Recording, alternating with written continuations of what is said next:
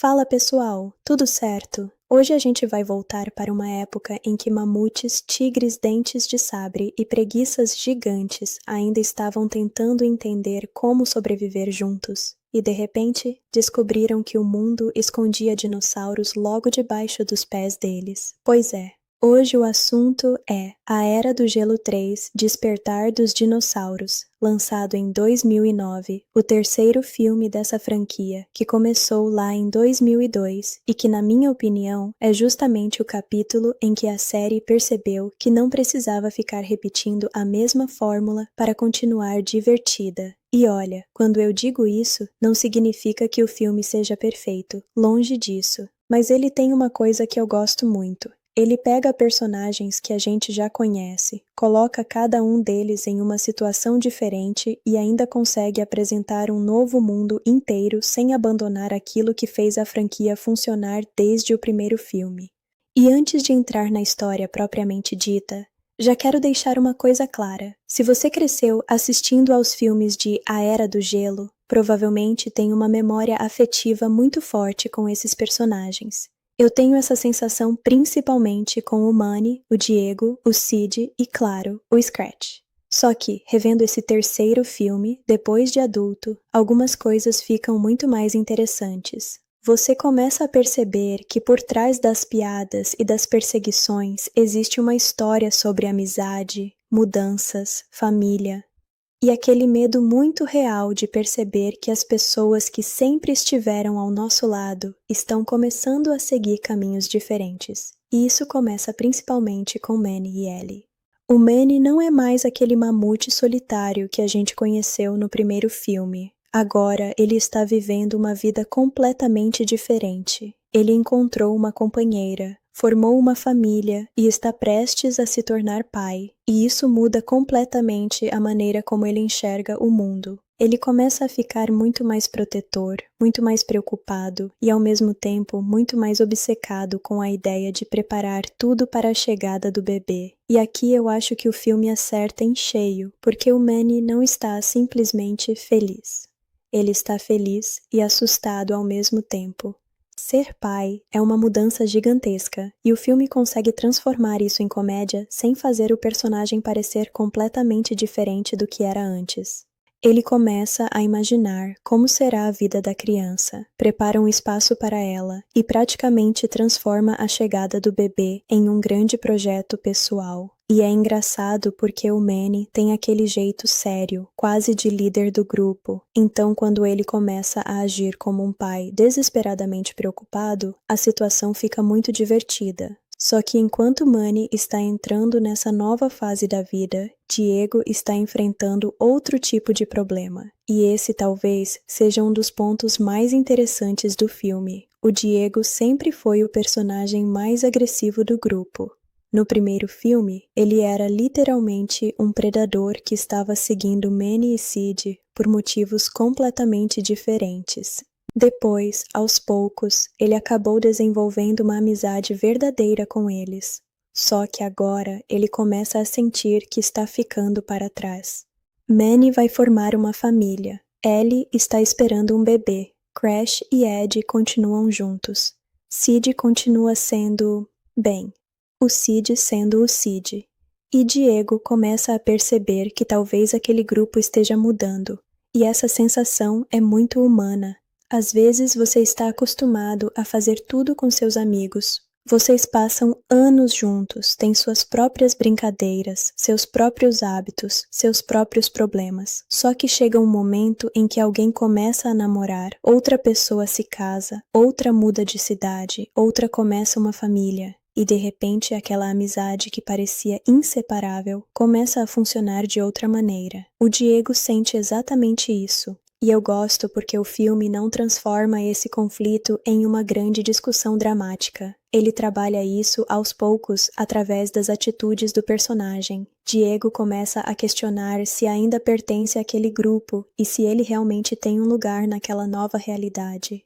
Só que, como sempre acontece em A Era do Gelo, quando existe um problema emocional acontecendo, existe também o Sid fazendo alguma coisa completamente absurda. E é aí que a história começa a ficar realmente maluca. Enquanto Manny e Ellie estão preocupados com a chegada do bebê e Diego está tentando entender o seu próprio lugar dentro daquela família improvisada, Sid acaba encontrando 3 ovos. E claro, porque estamos falando do Sid, ele imediatamente toma a pior decisão possível. Ele decide cuidar dos ovos. Agora pense comigo. Você encontra 3 ovos enormes em uma caverna desconhecida. Você não sabe de onde vieram, não sabe quem é o dono, e muito menos sabe o que vai nascer deles. Uma pessoa normal provavelmente pensaria, é melhor não mexer nisso. Sid pensa, agora eu sou pai. Esse é o Sid. E é justamente aí que o filme começa a mudar completamente de escala, porque aqueles ovos não são de alguma criatura comum. Quando eles finalmente eclodem, Sid descobre que está cuidando de 3 filhotes de dinossauro. E aqui entra uma das maiores mudanças da franquia. Até esse momento, os filmes estavam muito ligados ao ambiente da Era do Gelo. Havia neve, gelo, mamutes, tigres, preguiças e outros animais pré-históricos. Mas agora, o filme abre uma porta para um mundo completamente diferente. Um mundo subterrâneo, onde os dinossauros continuam existindo. E, sinceramente, essa ideia é muito boa. Porque você não precisa ser especialista em paleontologia para achar interessante a possibilidade de existir um lugar escondido onde criaturas pré-históricas continuam vivendo, enquanto, na superfície, o mundo congelado segue sua própria história. É praticamente uma aventura dentro de outra aventura. E visualmente isso também dá uma renovada enorme no filme. Quando os personagens entram nesse mundo, as cores, os cenários e as criaturas começam a mudar. O ambiente fica mais selvagem, mais perigoso e muito mais fantasioso. E aí aparece um personagem que, para mim, rouba boa parte do filme: Buck. Buck é um doninha completamente insana que vive nesse mundo dos dinossauros há bastante tempo. E o interessante nele é que ele funciona quase como uma mistura de explorador, caçador e maluco profissional. Ele tem um passado complicado, conhece aquele território como ninguém e tem uma obsessão enorme por um dinossauro chamado Rudy. E o Rudy não é simplesmente mais um dinossauro, ele é apresentado como uma ameaça gigantesca, praticamente uma lenda dentro daquele mundo. E o relacionamento entre Buck e Rudy é uma das coisas que dão personalidade ao terceiro filme. Porque Buck não é apenas um personagem colocado ali para ajudar Manny e os outros. Ele possui sua própria história, seus próprios traumas e sua própria motivação. A gente descobre que ele já enfrentou Rudy antes e que aquela batalha deixou marcas nele, literalmente. E isso ajuda a explicar por que Buck é tão obcecado em derrotar aquela criatura. Agora, voltando ao Sid, porque esse homem não consegue passar 5 minutos sem criar um problema. Os filhotes de dinossauro começam a tratar Sid como se ele fosse a mãe deles. E isso rende algumas das cenas mais engraçadas do filme. Porque Sid não tem absolutamente nenhuma preparação para ser responsável por 3 criaturas carnívoras. Ele tenta cuidar deles, alimentar, brincar e proteger os pequenos, mas os filhotes acabam causando uma verdadeira confusão. E o pior é que Sid realmente acredita que está fazendo a coisa certa.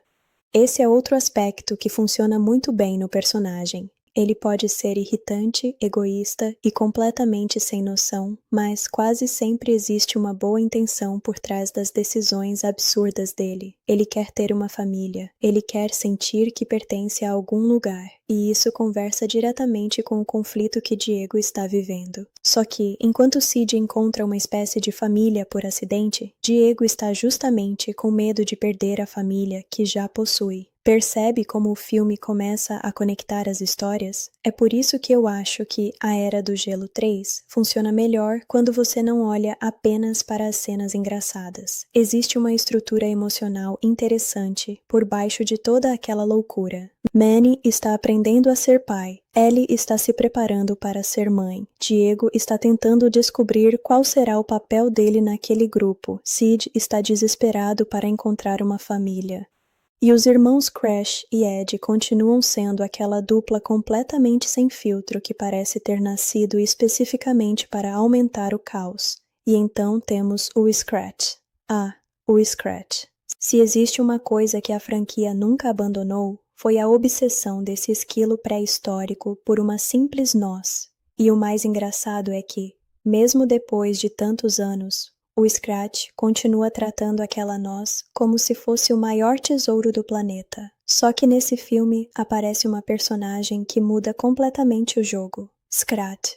E é aqui que a vida amorosa do Scrat começa a ficar tão complicada quanto a própria vida do Manny. Scrat é uma esquila fêmea que também quer aquela noz. E então temos duas criaturas disputando um objeto que sinceramente não vale nem metade do esforço que elas estão fazendo. Mas essa é justamente a graça. As cenas do Scratch funcionam quase como uma história paralela, completamente independente da narrativa principal. Você poderia retirar boa parte dessas sequências e a trama principal continuaria funcionando, mas eu não gostaria que elas fossem retiradas, porque o Scratch é praticamente uma tradição da franquia. É aquele personagem que aparece, causa um desastre gigantesco, destrói metade do cenário, quase morre umas 3 vezes, e no final continua perseguindo a mesma noz como se nada tivesse acontecido. E a relação com Scratch acrescenta uma camada diferente à comédia. Agora ele não está apenas tentando conseguir a noz, ele também precisa decidir se vai escolher a noz ou aquela nova paixão. E conhecendo o Scratch, você já sabe que essa escolha não vai ser simples. Outra coisa que merece destaque aqui é a evolução da animação.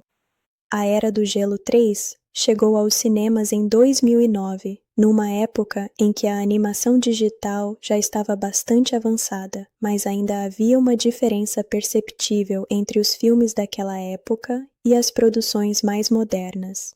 Mesmo assim, esse filme envelheceu relativamente bem em vários aspectos. Os personagens continuam expressivos, os movimentos são bastante fluidos, e principalmente as sequências no mundo dos dinossauros conseguem aproveitar muito bem o ambiente tridimensional. E eu acho que a decisão de levar a história para um cenário completamente novo foi fundamental para isso. Se o filme tivesse passado novamente o tempo inteiro no mesmo ambiente gelado, provavelmente pareceria apenas mais uma continuação. Mas quando os personagens descem para esse mundo subterrâneo, a franquia ganha uma sensação de aventura. Tem perseguição, tem criaturas gigantes, tem abismos, tem plantas perigosas, tem dinossauros voadores, tem lava, tem um caçador maluco.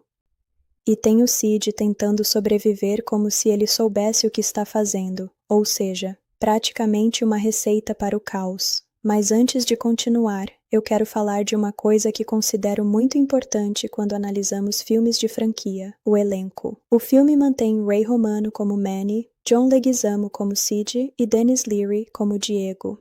E essas vozes são uma parte enorme da identidade desses personagens. Você pode trocar o cenário, colocar dinossauros, criar novas situações, mas quando você ouve a voz do Sid, imediatamente sabe quem está falando.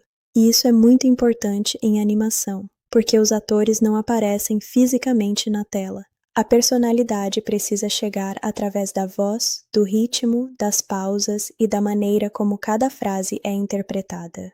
John Leguizamo, por exemplo, entende perfeitamente o tipo de energia que o Sid precisa ter. Ele consegue fazer o personagem parecer irritante e adorável ao mesmo tempo.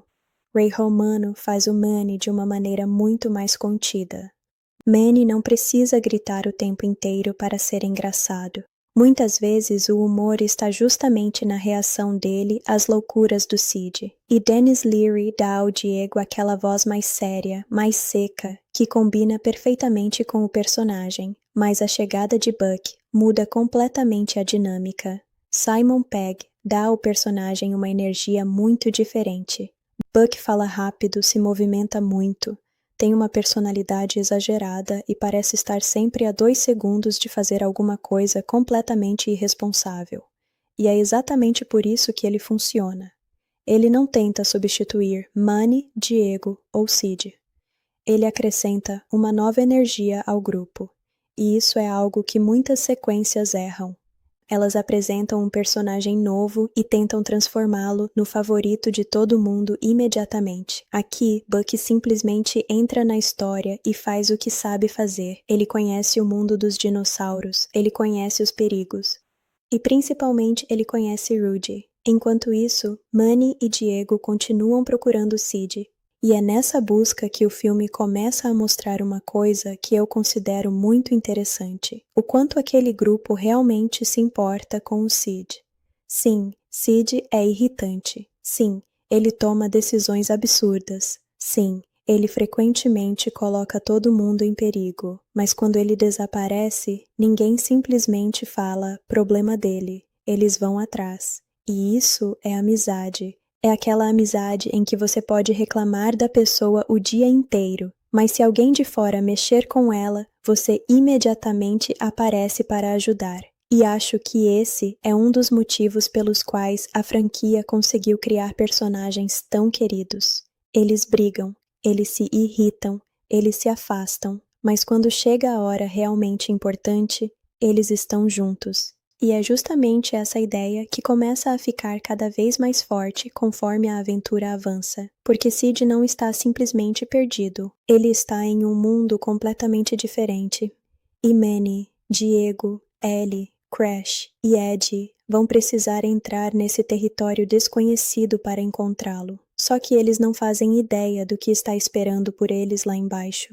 E quando finalmente percebem o tamanho daquele mundo, fica claro que recuperar Sid não vai ser uma missão simples, porque agora eles não estão mais lidando apenas com gelo e neve. Eles estão entrando no território dos dinossauros, e nesse lugar eles não são os maiores nem os mais fortes. Na verdade, para muitas daquelas criaturas, eles são apenas possíveis presas. E é exatamente nesse momento que a Era do Gelo 3 deixa de ser apenas uma comédia sobre animais pré-históricos e começa a funcionar como uma verdadeira aventura. E olha, quando Buck aparece para mostrar o caminho, eu já sei que a situação vai ficar complicada, porque se existe alguém naquele mundo que parece saber exatamente o que está acontecendo, é justamente o sujeito mais maluco de todos. E a partir daqui, a relação entre Buck, Rudy, Sid, Manny e Diego vai começar a colocar todo mundo em situações cada vez mais perigosas. Só que no meio dessa aventura, ainda existe uma questão que não pode ser esquecida. Ellie está grávida. E enquanto Manny está desesperado para proteger a esposa e o futuro filho, o grupo inteiro vai precisar lidar com uma situação em que perigo e família começam a se misturar, e é aí que o filme começa a mostrar o seu verdadeiro coração. Porque no final das contas, essa história nunca foi realmente sobre dinossauros. Os dinossauros são o espetáculo, são aquilo que coloca a aventura em movimento. Mas o verdadeiro assunto continua sendo família. Quem está ao nosso lado? Quem a gente considera família? O que acontece quando nossos amigos começam a mudar? E será que uma família precisa necessariamente ser formada por pessoas iguais a nós? Essas perguntas aparecem escondidas no meio de piadas, perseguições e criaturas gigantes. E talvez seja justamente por isso que esse filme consegue funcionar tão bem para crianças e adultos ao mesmo tempo. Uma criança pode assistir e simplesmente pensar: nossa, que dinossauro gigante. Um adulto pode olhar para Diego e pensar: eu entendo exatamente o que esse cara está sentindo. E essa dupla leitura é uma das melhores características da franquia. Agora, uma coisa que também chamou bastante atenção na época foi o desempenho comercial do filme. A Era do Gelo 3 foi um enorme sucesso de bilheteria e consolidou ainda mais a franquia como uma das principais animações comerciais daquele período. O público respondeu muito bem ao retorno desses personagens e principalmente à ideia dos dinossauros, e isso faz sentido, porque o filme não vendeu apenas uma continuação. Ele vendeu uma nova aventura com personagens que o público já conhecia e um elemento que praticamente qualquer criança adorava: dinossauros. É uma combinação quase impossível de ignorar. E quando você junta isso com humor, aventura, personagens carismáticos e uma história sobre família, o resultado naturalmente encontra um público enorme. A trilha sonora também ajuda bastante na construção dessa aventura.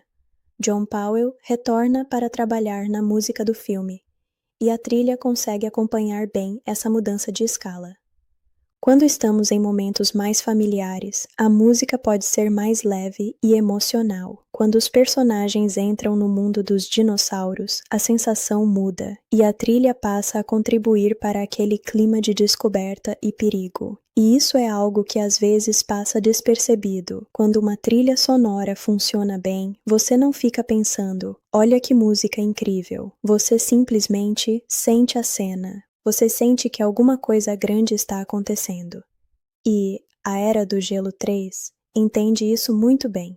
No fim das contas, eu diria que esse é um filme que sabe exatamente o que o público queria daquela franquia naquele momento. Ele mantém o humor, mantém os personagens, mantém o Scratch, mas também aumenta o mundo.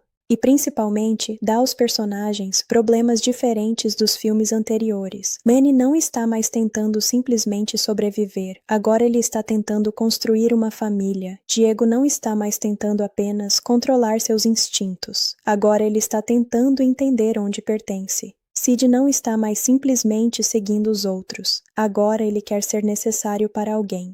E Buck chega para mostrar que, naquele mundo subterrâneo, existem histórias muito maiores acontecendo. Então, se você me perguntar se A Era do Gelo 3, Despertar dos Dinossauros, é melhor que os dois primeiros, eu acho essa comparação complicada. O primeiro tem aquela novidade que nenhuma sequência consegue repetir. O segundo tem uma evolução natural dos personagens. Mas o terceiro tem uma coisa que eu valorizo muito: coragem para mudar. Ele pega uma franquia já estabelecida e diz: beleza, agora vamos colocar esses personagens em um mundo de dinossauros. E contra todas as expectativas, funciona. Claro que existem momentos em que o humor fica exagerado demais. Algumas piadas podem parecer infantis dependendo da sua idade e do seu gosto, e nem todos os personagens recebem o mesmo desenvolvimento. Mas quando o filme acerta, ele acerta muito, principalmente quando mistura comédia com emoção, porque você começa rindo do Sid, depois fica preocupado com ele, começa rindo do Scratch, depois percebe que ele está vivendo praticamente um drama amoroso. Começa acompanhando Diego, fazendo pose de durão, e quando percebe, está entendendo o medo que ele tem de perder seus amigos. E é esse equilíbrio que faz o filme continuar divertido, mesmo depois de tantos anos. No final, A Era do Gelo 3 não é apenas o filme em que Manny, Diego e Sid encontram dinossauros. É o filme em que aquela pequena família improvisada começa a perceber que crescer significa mudar. E mudar não significa necessariamente abandonar as pessoas que você ama. Às vezes significa encontrar uma nova maneira de continuar junto. E sinceramente, acho que essa é uma mensagem muito bonita escondida atrás de uma história em que uma preguiça rouba 3 ovos de dinossauro e depois precisa correr para não ser devorada. Porque cinema é exatamente isso. Às vezes você entra esperando apenas diversão e acaba encontrando uma história sobre amizade, família e pertencimento. E ainda sai do filme lembrando do Scratch brigando por uma noz, porque no universo de A Era do Gelo, aparentemente até o amor verdadeiro precisa disputar espaço com uma noz. E essa é uma das coisas que fazem essa franquia ser tão especial. Mas a aventura está apenas começando, porque quanto mais Manny, Diego, Ellie e os outros avançam nesse mundo subterrâneo, mais eles percebem que estão entrando no território de criaturas que podem ser muito mais perigosas do que qualquer coisa que já enfrentaram na superfície. E principalmente, existe um predador que até Buck prefere não enfrentar de qualquer maneira. Um predador chamado Rudy. E quando essa criatura finalmente começa a aparecer de verdade, a brincadeira muda completamente de nível. E é justamente aqui que a coisa começa a ficar séria, porque até esse momento a gente estava acompanhando uma aventura que, apesar de perigosa, ainda tinha aquele clima de comédia e descoberta. Só que quando Rudy começa a aparecer de verdade, fica claro que esse mundo subterrâneo não é um parque de diversões. Existe uma cadeia alimentar ali, existem predadores gigantes e, principalmente, existe uma criatura que parece estar no topo de tudo. E o mais interessante é que o Rudy não precisa ficar aparecendo o tempo inteiro para causar medo. O filme trabalha muito com a ideia da ameaça antes de mostrar completamente o animal. A gente vê sinais, ouve sons, percebe a reação do Buck e entende que existe alguma coisa muito errada naquele lugar. Isso é uma técnica narrativa simples, mas muito eficiente. Quando um personagem diz que determinado animal é perigoso, você pode até acreditar.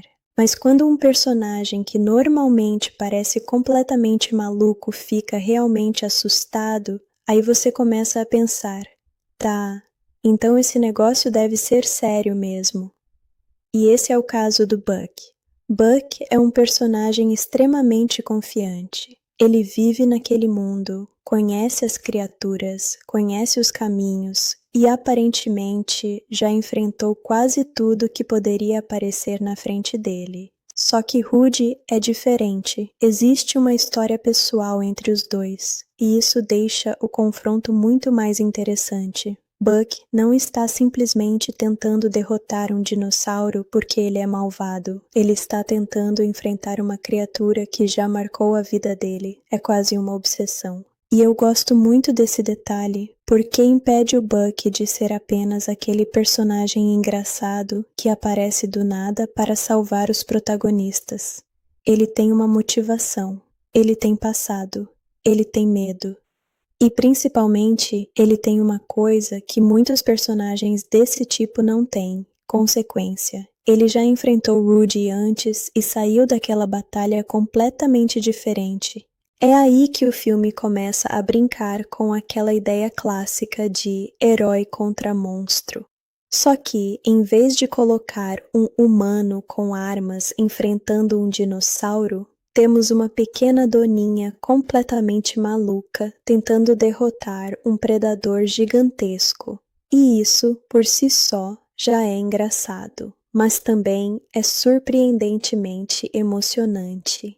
Enquanto Buck conta sua história, Manny, Diego, Ellie e os outros percebem que não estão diante de um perigo comum. Eles entraram em um mundo onde não conhecem as regras, e isso é uma mudança importante para Manny, porque na superfície, Manny sempre foi um dos personagens mais fortes do grupo. Ele é um mamute enorme. Quando alguma coisa acontece, normalmente é ele quem vai para frente.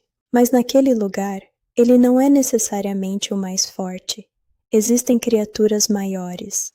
Existem predadores mais rápidos. Existem perigos que ele nunca viu, e isso coloca Manny numa posição que ele não está acostumado a ocupar. Ele precisa confiar nos outros, e principalmente confiar no Buck. Essa dinâmica funciona muito bem porque o filme começa a dividir a liderança. Manny continua sendo o líder emocional daquele grupo, mas Buck conhece aquele território.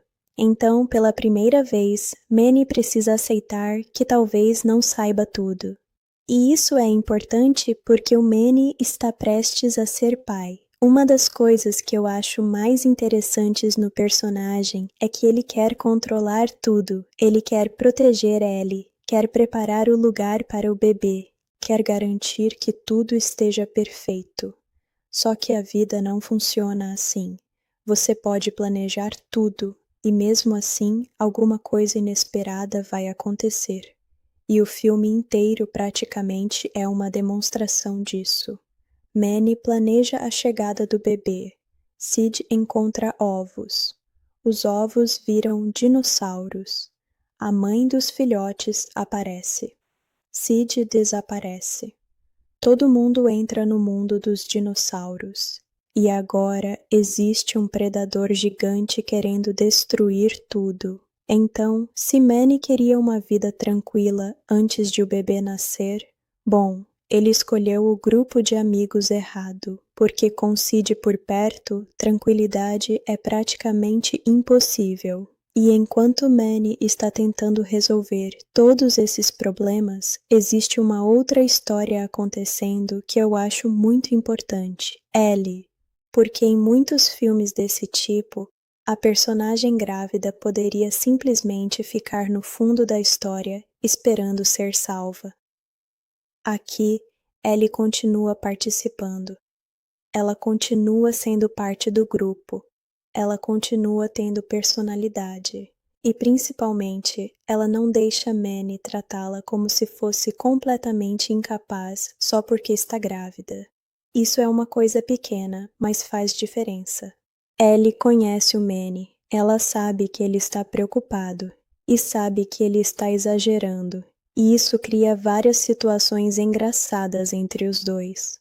Porque Manny está naquela fase de não faça isso, cuidado com aquilo, não vá por aí, não fique muito perto disso.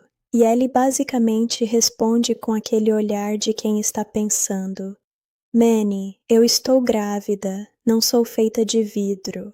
E eu acho essas cenas muito reais, porque quando alguém que você ama está esperando um bebê, é natural ficar preocupado. O problema é quando preocupação vira controle, e Manny precisa aprender justamente essa diferença. Ele precisa aprender que proteger alguém não significa impedir essa pessoa de viver. E essa lição conversa muito com a história do Diego, porque Diego também está tentando entender como proteger aquilo que ama sem perder sua própria identidade. No começo do filme, Diego está preocupado porque sente que o grupo está mudando, mas conforme a aventura avança, ele começa a perceber que talvez o problema não seja a família estar mudando. Talvez o problema seja ele ter medo de mudar junto. E isso é muito diferente. Porque às vezes a gente pensa que quer que tudo continue exatamente igual, as mesmas pessoas, as mesmas brincadeiras, os mesmos lugares, a mesma rotina. Só que ninguém fica igual para sempre. Manny mudou, Ellie mudou, Sid está tentando mudar, até Diego precisa mudar. E isso não significa que a amizade acabou.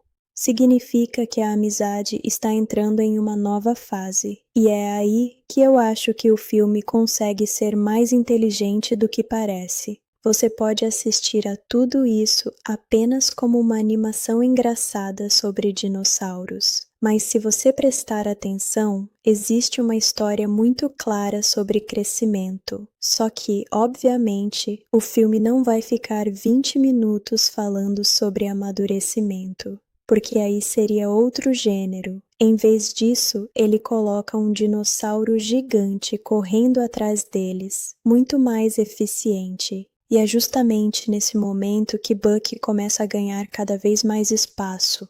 Para mim, Buck é uma das melhores adições à franquia. Não necessariamente porque ele seja o personagem mais profundo de todos, mas porque ele combina perfeitamente com o tom da aventura. Ele é exagerado, é imprevisível, é corajoso até demais, e tem aquele tipo de confiança absurda de quem acredita que qualquer problema pode ser resolvido com uma ideia ainda mais absurda. O mais engraçado é que muitas vezes ele realmente está certo. Isso cria uma relação muito divertida com os outros personagens. Manny olha para Buck e provavelmente pensa: esse cara é maluco. Diego provavelmente pensa: esse cara é perigoso. Sid provavelmente pensa: esse cara é incrível. E Crash e Ed provavelmente pensam: vamos fazer igual. Essa combinação é perfeita para gerar caos.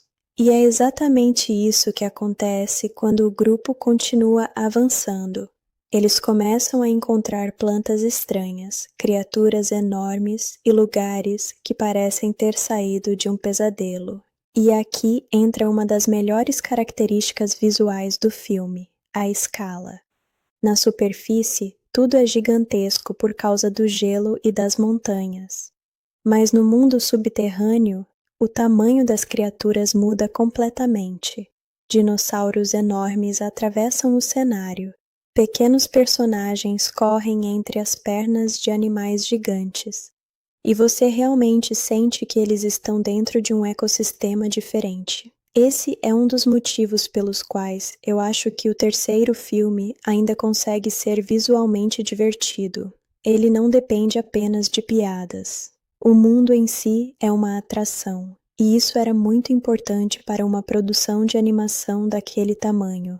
A equipe precisava criar um ambiente que parecesse familiar o suficiente para continuar sendo a Era do Gelo, mas diferente o suficiente para justificar uma terceira aventura. E eles conseguiram isso, levando os personagens para baixo da Terra. É quase como se a franquia tivesse aberto uma segunda versão do próprio universo. E esse mundo também permite que o filme introduza diferentes tipos de dinossauros. Alguns são assustadores, alguns são engraçados, alguns são enormes, e alguns parecem existir simplesmente para tornar a vida dos personagens mais difícil. E, sinceramente, isso funciona, porque a ameaça não vem de um único lugar. Você pode escapar de uma criatura e imediatamente encontrar outra. Você pode atravessar um caminho e descobrir que o caminho seguinte é ainda pior. É uma aventura clássica de sobrevivência.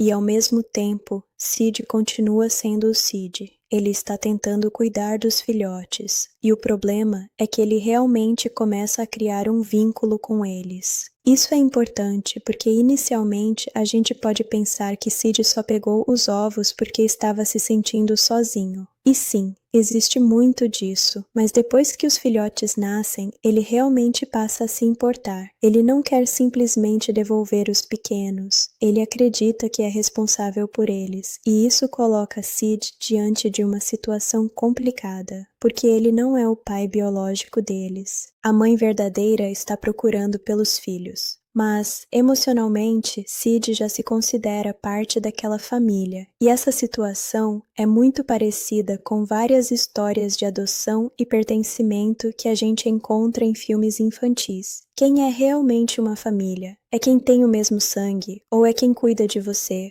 O filme não transforma isso em uma discussão filosófica pesada, mas deixa a pergunta ali, e isso é uma qualidade. Nem toda mensagem precisa ser explicada. Às vezes, é melhor deixar o público perceber. E claro, a mãe dos filhotes não vai simplesmente desistir. Ela aparece como uma criatura gigantesca e deixa claro que aqueles filhotes são dela. E nesse momento Sid finalmente percebe que talvez tenha cometido um pequeno erro, pequeno no sentido de eu roubei 3 filhotes de dinossauro e agora a mãe deles quer me matar. Mas, para o Sid, isso provavelmente ainda conta como uma terça-feira normal. E é nessa sequência que o filme começa a misturar humor com tensão. Sid está tentando proteger os pequenos. A mãe está tentando recuperar os filhos. E os protagonistas precisam descobrir onde Sid foi parar. Tudo isso acontece praticamente ao mesmo tempo, e o roteiro consegue manter várias histórias andando em paralelo. Isso é importante porque a Era do Gelo 3 não depende de uma única linha narrativa. Tem Manny e Ellie, tem Diego, tem Sid e os filhotes, tem Buck e Rudy, e tem Scrat e Scrat. É muita coisa, e curiosamente o filme consegue equilibrar isso razoavelmente bem. Não perfeitamente, algumas histórias claramente recebem mais atenção do que outras, mas existe uma sensação constante de movimento. Algo está sempre acontecendo, e isso evita que o filme fique parado. Agora, uma coisa que eu acho muito interessante é como a franquia usa o humor físico. Você percebe que muitos dos momentos engraçados não dependem de diálogos complexos. São quedas, expressões. perseguições, personagens tentando fugir, objetos sendo destruídos e principalmente o contraste entre personagens. Sid é caótico, Manny é sério, Diego é sério de outro jeito. Crash e Ed são completamente irresponsáveis. Buck é completamente insano. Então você simplesmente coloca todos eles no mesmo ambiente e deixa a situação acontecer. É como jogar 5 personalidades diferentes dentro de uma sala e dizer, agora se virem. O resultado obviamente vai ser desastre. E isso é uma das razões pelas quais o humor da franquia funciona tão bem para famílias. As crianças podem rir da ação. Os adultos podem rir da personalidade dos personagens. E algumas piadas têm camadas diferentes dependendo da idade de quem está assistindo. Essa é uma das grandes vantagens de uma animação bem feita. Ela não precisa falar apenas com crianças. Ela pode falar com todo mundo. E acho que esse filme entende isso. Agora vamos falar de uma coisa que eu particularmente gosto bastante, o Diego. Porque se você acompanha o personagem desde o primeiro filme, percebe uma transformação enorme. No começo, Diego era praticamente o oposto de tudo que ele se tornou. Ele era frio, era calculista, era um predador. Ele tinha uma missão própria. E não tinha nenhuma intenção de formar uma família com um mamute e uma preguiça. Só que a amizade mudou completamente aquele personagem. No terceiro filme, ele já não consegue imaginar a vida sem aquele grupo, e justamente por isso ele fica tão incomodado com a possibilidade de todos seguirem caminhos diferentes. É quase irônico. No primeiro filme, Diego precisava aprender a confiar nos outros. No terceiro, ele precisa aprender a aceitar que as pessoas podem mudar sem deixar de amá-lo. É uma evolução muito natural, e eu acho que esse tipo de continuidade é uma das coisas que fazem uma franquia valer a pena. Porque os personagens não começam cada filme do zero. Eles carregam experiências, carregam traumas, carregam relações, e essas coisas influenciam as decisões deles. Manny não seria o mesmo Manny sem o que aconteceu nos filmes anteriores. Diego também não. Sid também não. E até o relacionamento entre Manny e Ellie existe por causa de tudo que a franquia construiu antes. Então, quando o bebê está prestes a nascer, não é apenas mais um acontecimento, é o resultado de uma jornada, e isso dá peso emocional ao que está acontecendo. Enquanto isso, Sid está vivendo sua própria versão de paternidade, e o contraste é muito engraçado. Manny está preparando tudo com cuidado. Sid literalmente tropeçou em 3 ovos. Manny pensa em segurança. Sid pensa, olha que bonitinhos. Manny está preocupado com o futuro. Sid está tentando descobrir o que os filhotes comem. E mesmo sendo completamente diferentes, os dois acabam vivendo experiências parecidas. Isso cria uma espécie de espelho entre eles. Manny está se preparando para ser pai de um bebê mamute. Sid está assumindo o papel de cuidador de 3 filhotes de dinossauro. Nenhum dos dois sabe exatamente o que está fazendo. A diferença é que Manny admite isso em silêncio. Sid admite gritando. E é aí que a história começa a ficar cada vez mais emocionante. Porque a busca por Sid deixa de ser simplesmente uma missão de resgate. Manny e os outros precisam enfrentar perigos reais. E ao mesmo tempo, Ellie começa a sentir que o nascimento do bebê pode estar muito mais próximo do que todos imaginavam. E quando isso acontece, Manny precisa tomar uma decisão: continuar procurando Sid ou voltar para ficar ao lado de Ellie. Essa é uma situação interessante porque não existe uma resposta simples. Sid é parte da família. Ellie também. e o grupo precisa encontrar uma maneira de cuidar dos dois. Isso resume praticamente toda a mensagem do filme. Família não é escolher uma pessoa e abandonar outra.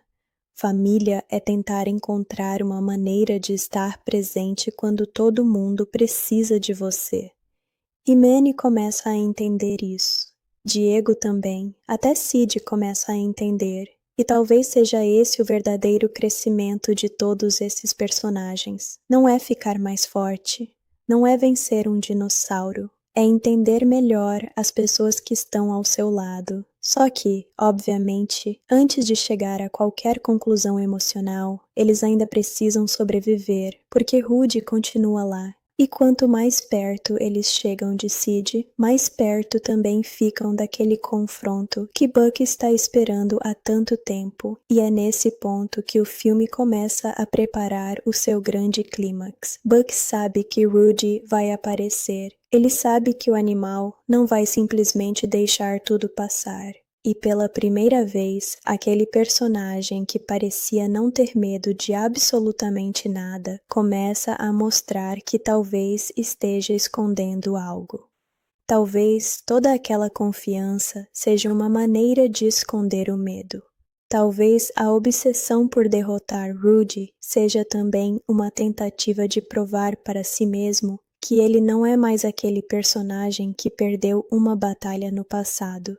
E essa é uma leitura que eu gosto bastante, porque coragem não significa não sentir medo. Coragem é continuar mesmo sentindo medo. Buck é engraçado, é maluco, é exagerado, mas quando chega a hora, ele realmente coloca tudo em risco para ajudar aqueles que acabou de conhecer. E isso faz com que ele deixe de ser apenas um personagem engraçado e passe a fazer parte daquela família improvisada. No fundo, esse é o tema que conecta todos eles. Todo mundo está procurando um lugar.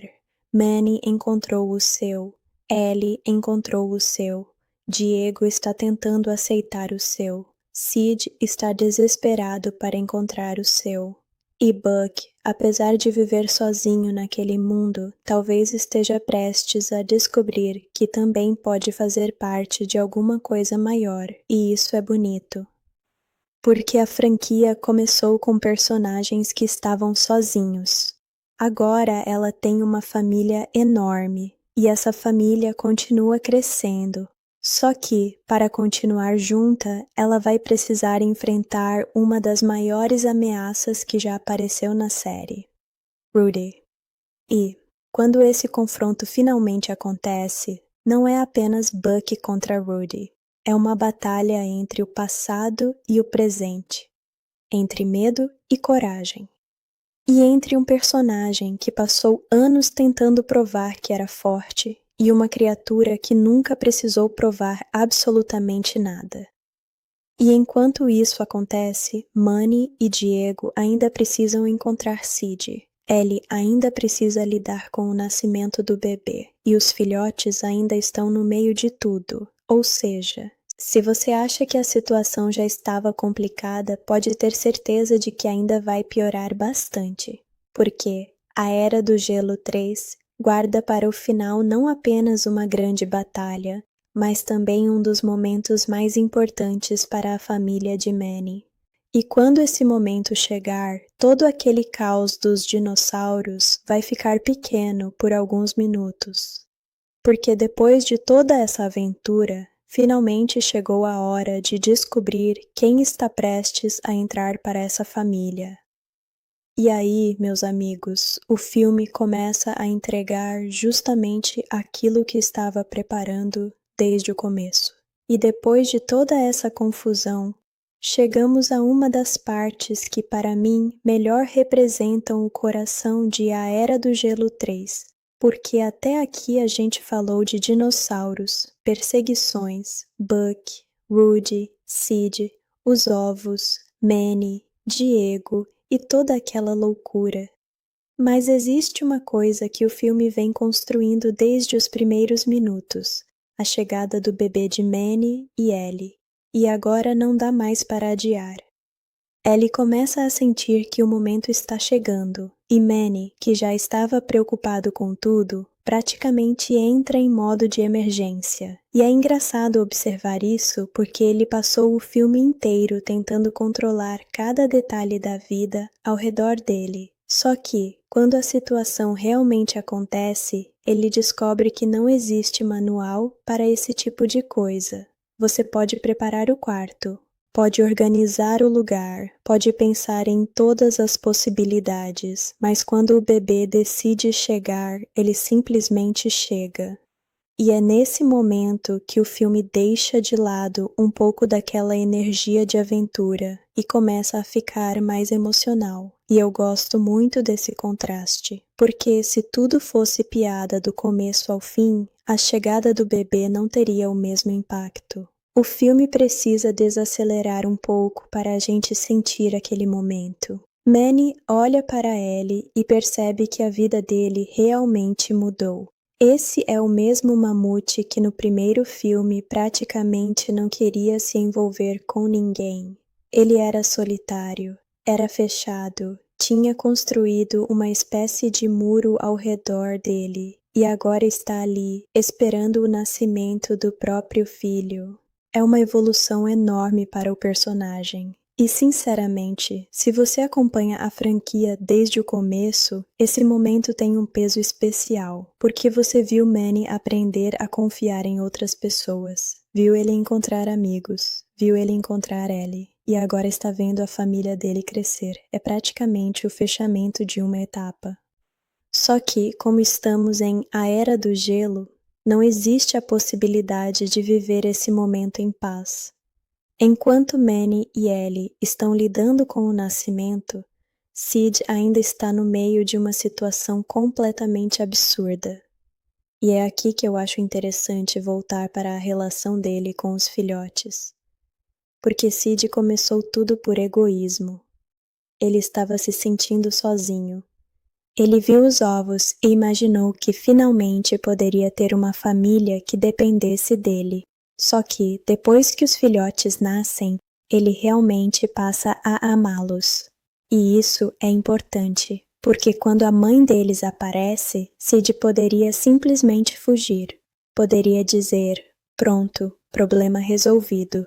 Mas ele não consegue. Ele já criou um vínculo. E quando você cria um vínculo com alguém, não importa se essa pessoa é da sua espécie ou não. Você passa a se importar. Esse é o motivo pelo qual Sid acaba colocando a própria vida em risco. E olha, falando sinceramente, eu acho que o Sid é um dos personagens mais subestimados emocionalmente dessa franquia. A maioria das pessoas lembra dele pelas piadas, pelas quedas, pelo jeito de falar, pelas decisões completamente idiotas. Mas existe uma insegurança enorme por trás daquele comportamento. Sid tem medo de ficar sozinho. Ele quer pertencer. Ele quer ser importante para alguém.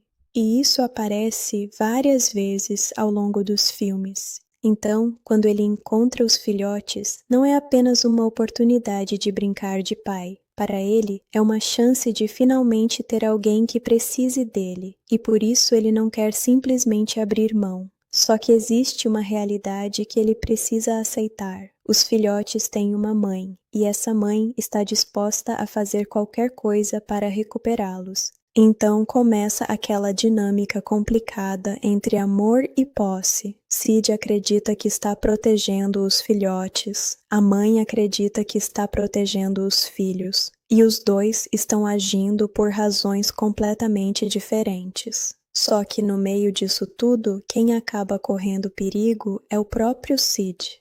E é justamente aqui que a busca de Manny e dos outros fica cada vez mais urgente. Porque eles não estão procurando apenas um amigo perdido. Eles estão tentando encontrar alguém que se meteu em uma situação que claramente está além da capacidade dele. E, sinceramente, isso combina muito com o Sid. Ele tem um talento impressionante para transformar um problema pequeno em uma crise internacional. Você dá uma noz para o Scratch e ele causa uma avalanche. Você dá ovos para o Sid e ele começa uma guerra com dinossauros. É quase um padrão da franquia. E enquanto essa loucura continua, Bucky começa a assumir um papel cada vez mais importante. E aqui eu preciso falar sobre Simon Pegg, porque a interpretação dele como Bucky é uma das razões pelas quais esse personagem funciona tão bem. A voz do Bucky tem uma energia completamente diferente da dos outros personagens. Ele fala como alguém que está sempre 3 passos à frente. Ou, pelo menos, acha que está. Ele tem aquele humor meio britânico, aquele sarcasmo e aquela confiança absurda. E isso cria um contraste perfeito com Manny. Manny pensa antes de agir, Bucky age e depois talvez pense. Diego observa, Bucky se joga, Sid entra em pânico. Crash e Ed provavelmente nem sabem o que está acontecendo. Essa combinação cria uma dinâmica muito boa. E é por isso que o filme consegue manter o ritmo mesmo quando a história principal começa a ficar mais séria. Sempre aparece algum personagem para quebrar a tensão. E, ao mesmo tempo, quando precisa ficar sério, o roteiro deixa. Essa alternância é uma das coisas que eu mais gosto no filme. Ele não tem medo de ser bobo, mas também não tem medo de ser emocional. E isso é muito importante para uma animação familiar. Agora, uma coisa que merece destaque é o trabalho de direção de Carlos Saldanha e Mike Turmaier. A franquia já tinha uma identidade visual estabelecida, mas nesse terceiro filme eles precisavam ampliar o universo. E isso não era simplesmente colocar dinossauros na tela, era necessário criar uma sensação de descoberta. O público precisava sentir que os personagens realmente tinham entrado em um lugar desconhecido, e a direção faz isso através dos cenários, das criaturas e principalmente da escala. A câmera passa por ambientes enormes, mostra os personagens pequenos diante dos dinossauros, cria momentos em que o espectador não sabe exatamente o que vai aparecer. E isso ajuda a construir a aventura. É quase uma mistura de animação familiar com filme de exploração. Você tem aquela sensação de o que será que existe depois daquela passagem? E isso prende a atenção. Também gosto do fato de que o mundo subterrâneo não parece simplesmente uma cópia do mundo da superfície. Ele tem suas próprias regras, sua própria fauna, sua própria vegetação e, principalmente, sua própria história. É como se os dinossauros tivessem continuado vivendo ali, enquanto o mundo acima deles mudou completamente. Claro, se você começar a pensar demais na lógica científica disso, provavelmente vai encontrar várias coisas para questionar, mas esse é um filme de animação, e eu acho que tentar analisar tudo literalmente seria perder a diversão. A proposta é fantasia, é aventura, é imaginar um mundo impossível e perguntar: e se isso existisse? E nesse aspecto o filme funciona. Agora vamos voltar para o Rudy. Porque quanto mais a história se aproxima do final, mais importante ele fica. Rudy não é apresentado como um vilão tradicional. Ele não fala. Ele não tem planos. Ele não quer dominar o mundo. Ele simplesmente existe. Ele é um predador. E isso torna a ameaça mais interessante, porque, para os personagens, não existe negociação. Você não pode conversar com Rudy. Não pode convencer Rudy a ir embora. Não pode fazer um acordo. Se ele decidir atacar, você corre. É simples assim, e isso cria uma sensação de perigo muito mais natural. Ele representa a natureza daquele mundo.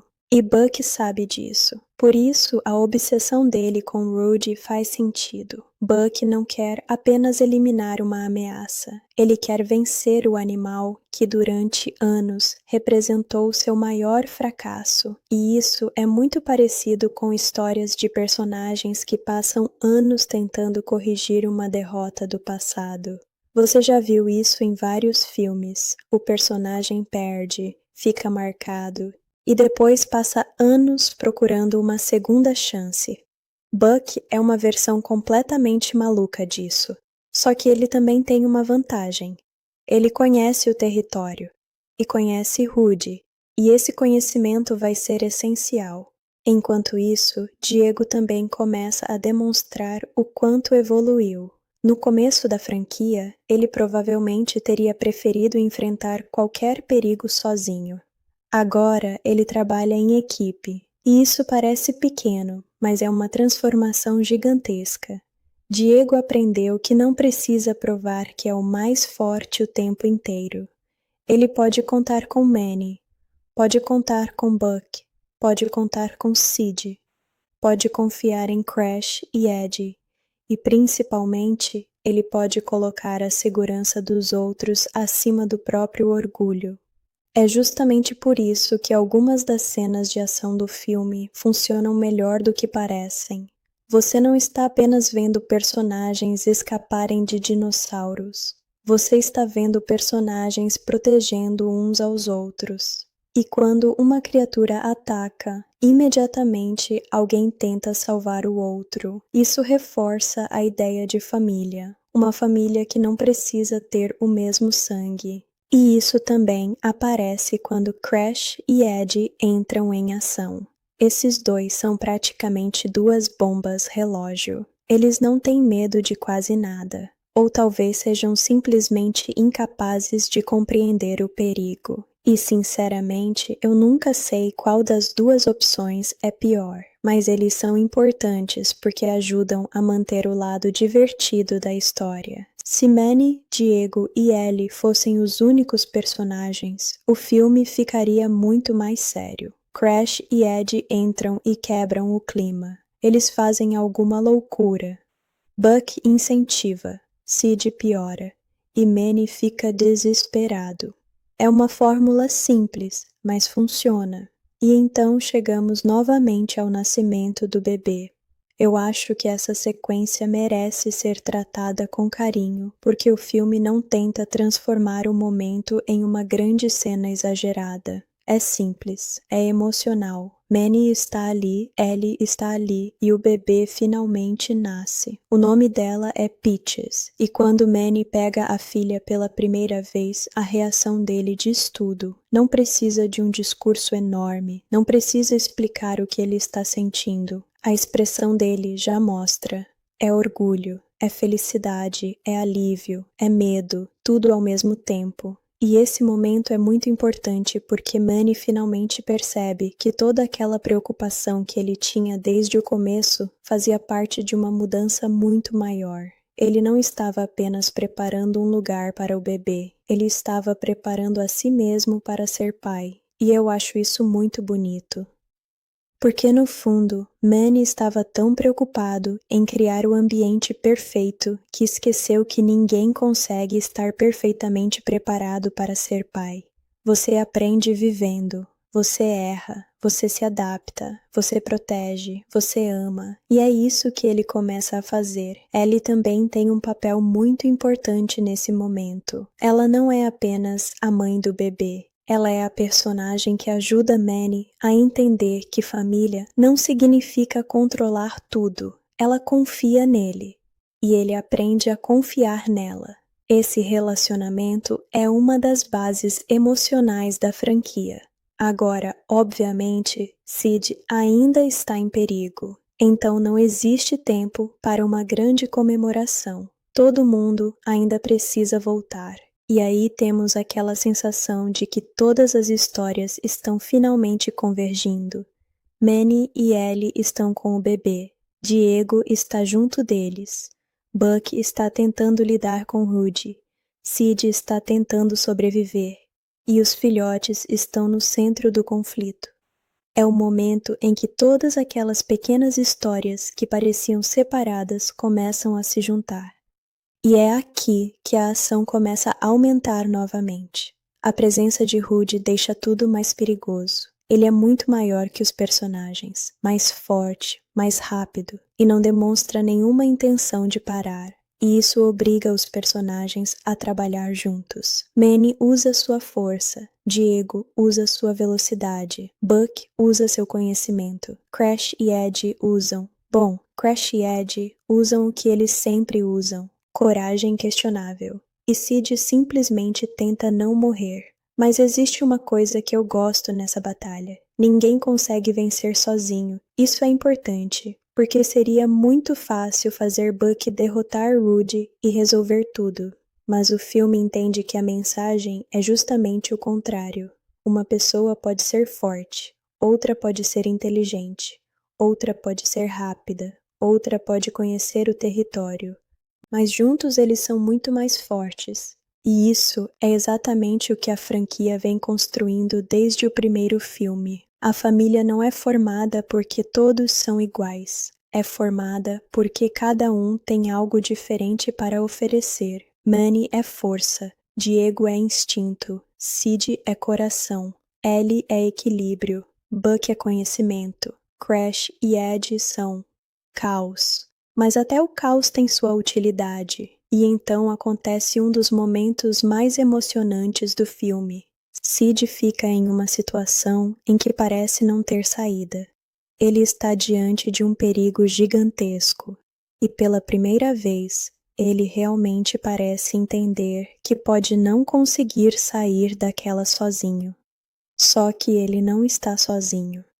Esse é o ponto. Durante todo o filme, ele estava tentando criar uma família. No final, ele descobre que já tinha uma. Manny e Diego foram atrás dele. Ellie se preocupou com ele. Crash e Ed foram juntos. Todo mundo atravessou um mundo cheio de perigos para encontrar aquele preguiçoso que vive causando problemas. Isso é família.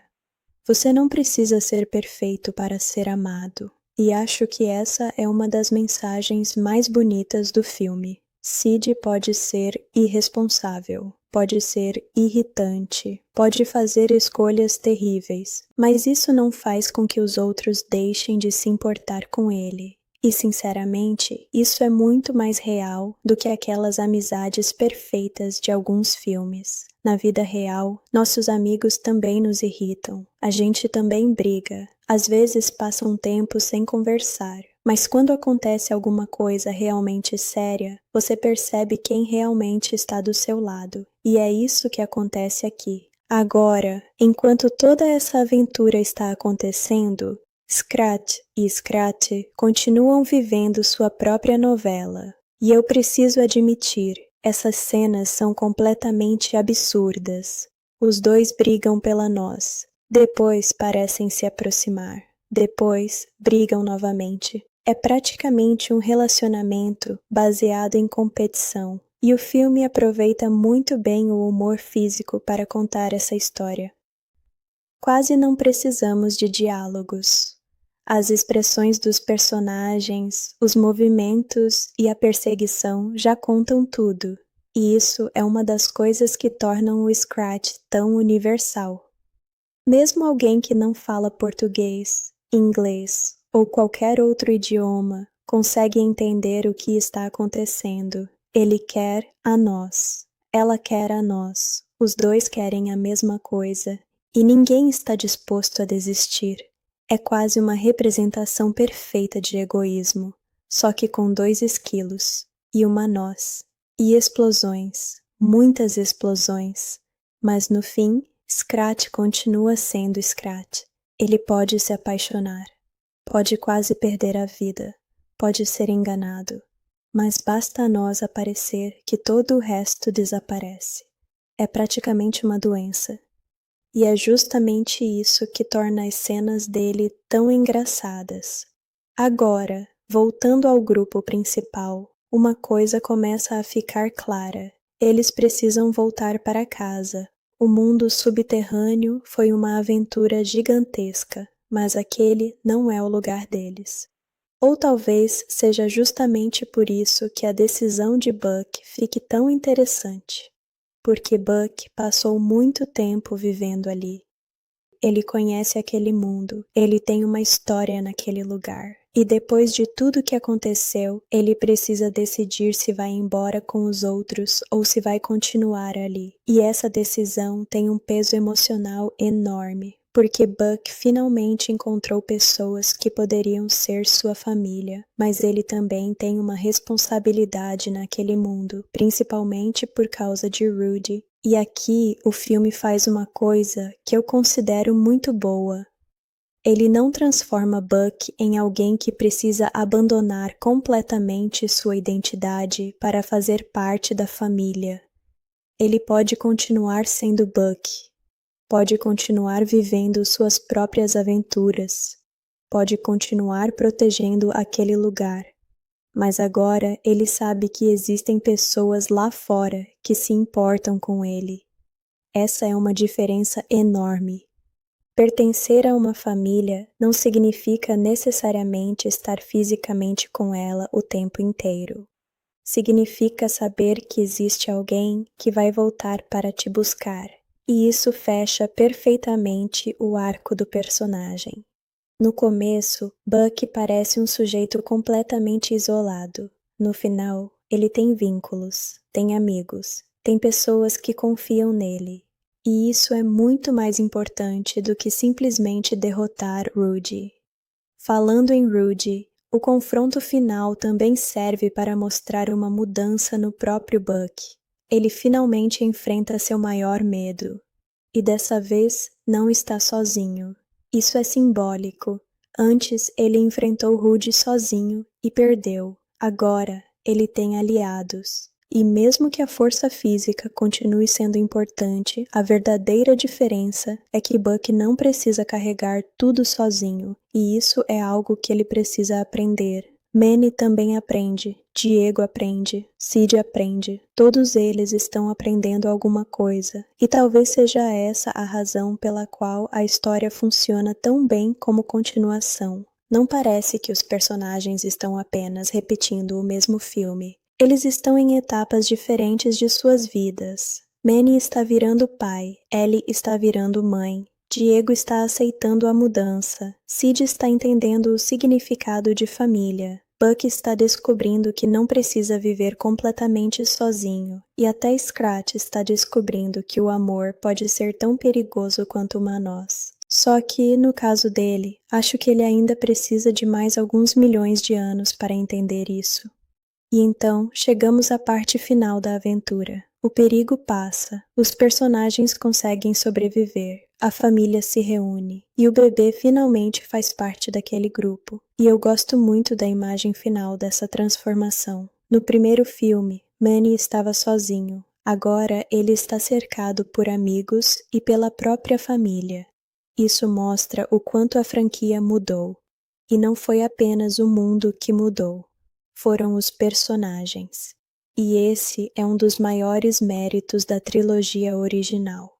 Você consegue olhar para o Manny do primeiro filme e comparar com o Manny do terceiro.